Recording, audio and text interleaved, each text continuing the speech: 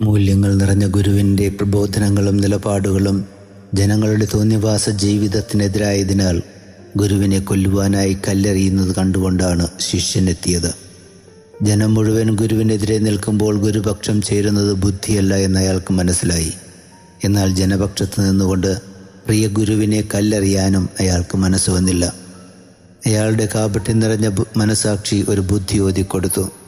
തൊട്ടടുത്ത് നിന്നിരുന്ന സൂര്യകാന്തി ചെടിയിൽ നിന്നും അയാൾ ഒരു പൂവ് പറിച്ചെടുത്ത് ജനക്കൂട്ടത്തിനിടയിൽ നിന്നുകൊണ്ട് കല്ലെറിയുന്നത് പോലെ ഗുരുവിൻ്റെ മേൽ അയാൾ ആ പൂവെറിഞ്ഞു.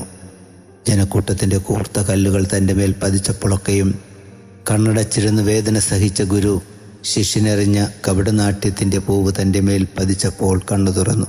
ശിഷ്യനെ നോക്കിക്കൊണ്ട് ഗുരു പറഞ്ഞു, ഇവരുടെയെല്ലാം ശത്രുതയുടെ കല്ലേറുകളേക്കാൾ എന്നെ വേദനിപ്പിക്കുന്നത് നിന്റെ കപടനാട്യത്തിൻ്റെ പൂവേറാണ്.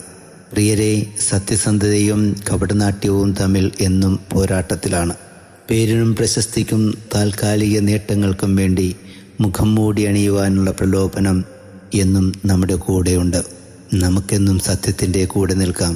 കാരണം സത്യത്തിന് വേണ്ടി നിലകൊള്ളുമ്പോൾ ഉണ്ടാകുന്ന കല്ലേറുകളാണ് കാപട്യത്തിൻ്റെ മുഖംമൂടി അണിയുമ്പോൾ ലഭിക്കുന്ന അംഗീകാരത്തെക്കാൾ ശ്രേഷ്ഠമെന്നേ. God bless U.